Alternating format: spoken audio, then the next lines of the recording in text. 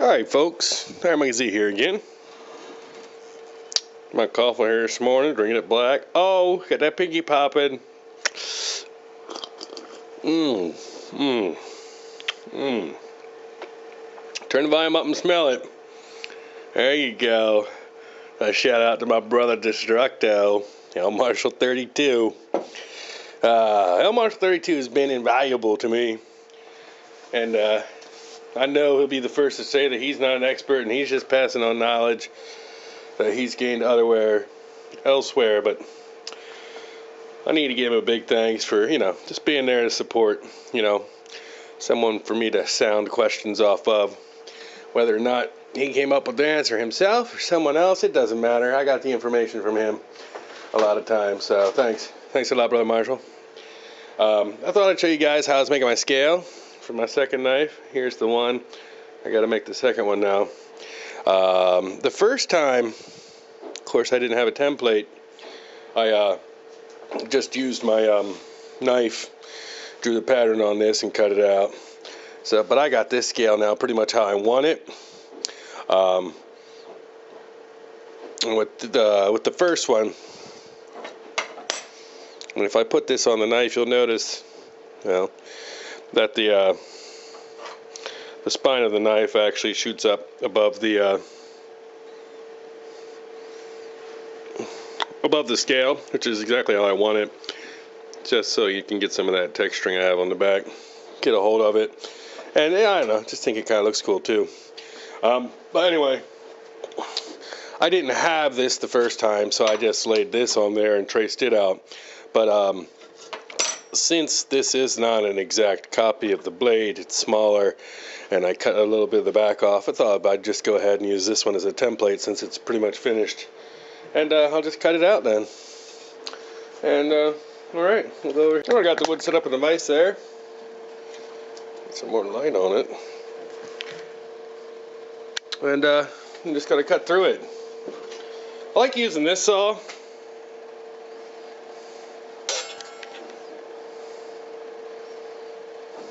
This is it's a Japanese pool saw. It only cuts on the pool, and I don't know why I like it.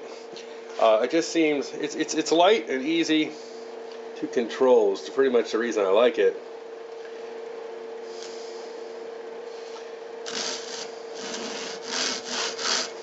And it allows me to get pretty precise cuts. It's a thin blade, so it cuts through nice and easily.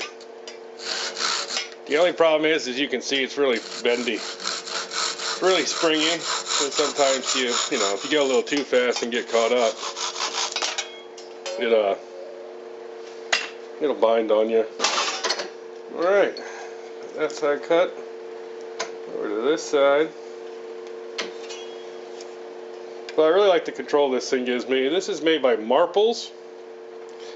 It's called a Japanese pool saw. Let me focus out a little bit.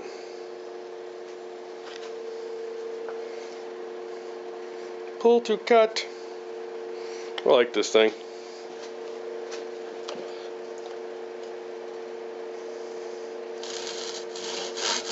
I found the benefit of these when I was living in Japan. Because it's just called a saw over there. It's not called a Japanese pool saw. Actually, it's called a pool saw. It's something in Japanese, and I don't remember right now, so don't ask.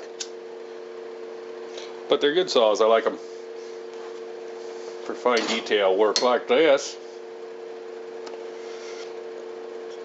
And I probably won't do much more work with the saw. Actually, I think I'm going to do it how I did the other one. I'm going to attach this scale. I'm going to drill some holes in this and attach the scale to my knife. And then I'll show you how I shape it. Alright, so I attached the, well, not permanently, but semi-attached the scale to the knife. Alright, then I just stick it in here like this.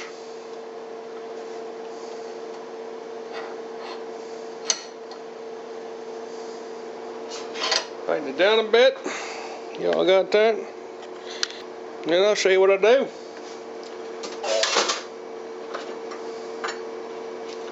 Take my bastard file, which needs cleaned off.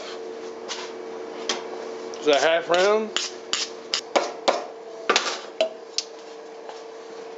And then I just kind of go over top the curves and I do this.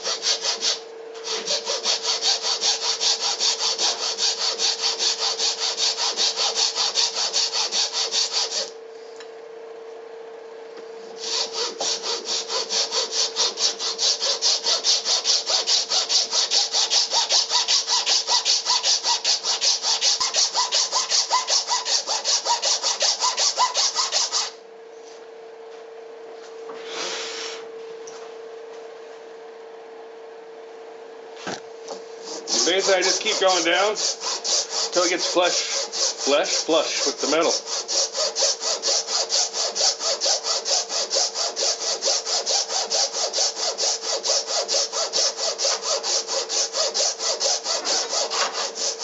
And you'll be able to tell when it's flush.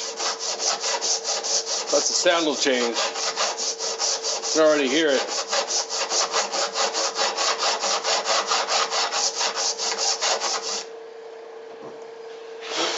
There we go. Ooh. Gotta be kind of careful when you're going over your blade area.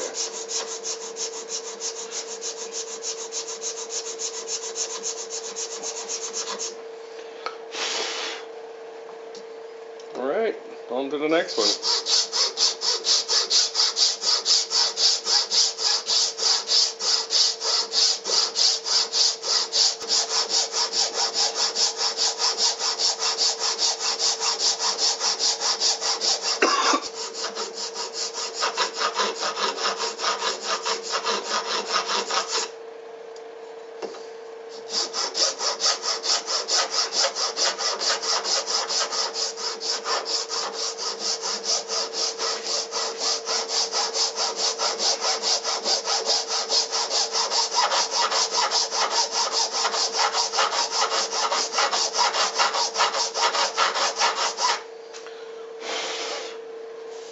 I would like to thank everybody out there.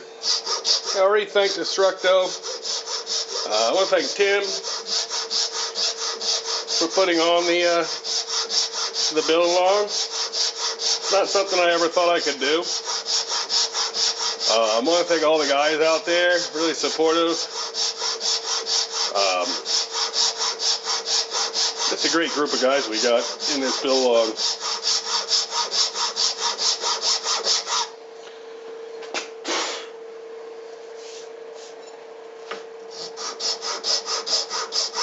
Got some really cool guys, found some new cool channels.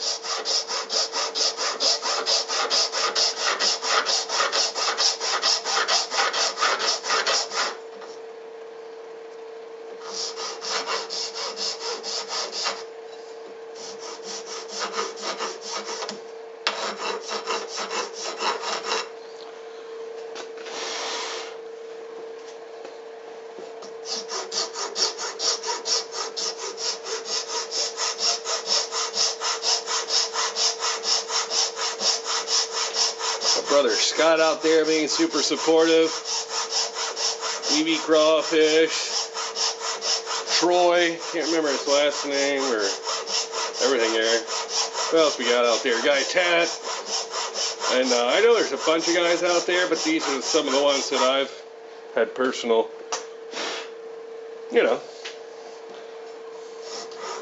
personally seen, checked me out, I've checked them out and stuff like that.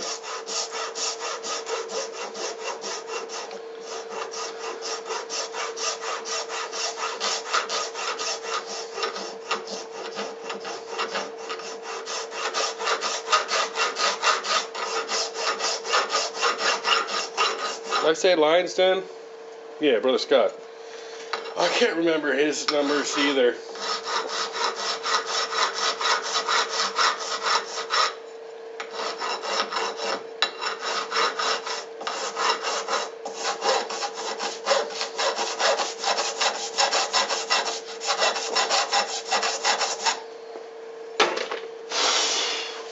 There we go. Flip it around.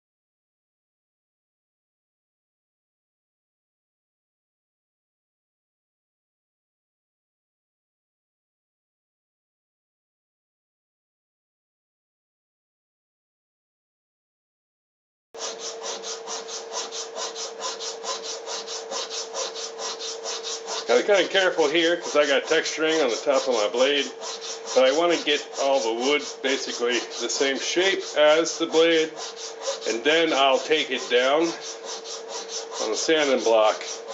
But that way it'll be going down evenly with the contour of the blade, and I won't have like one side too high and one side, not high enough, and it'll just look uniform.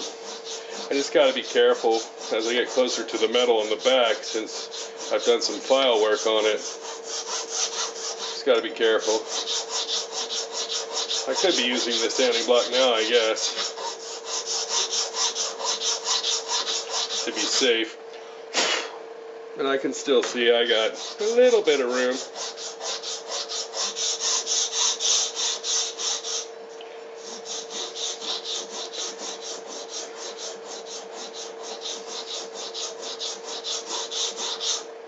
Actually, sandpaper might be faster now anyway. Let's go get some sandpaper.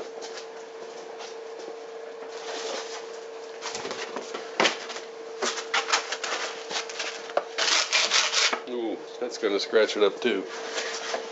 A little lighter sandpaper.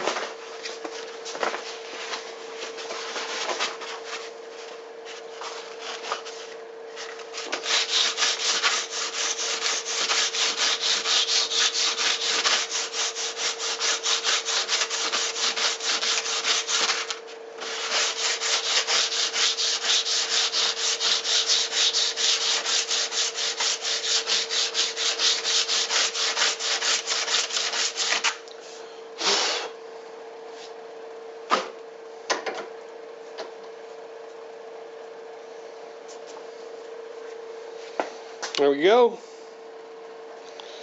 Now I gotta do some sanding on it and all that jazzmatazz.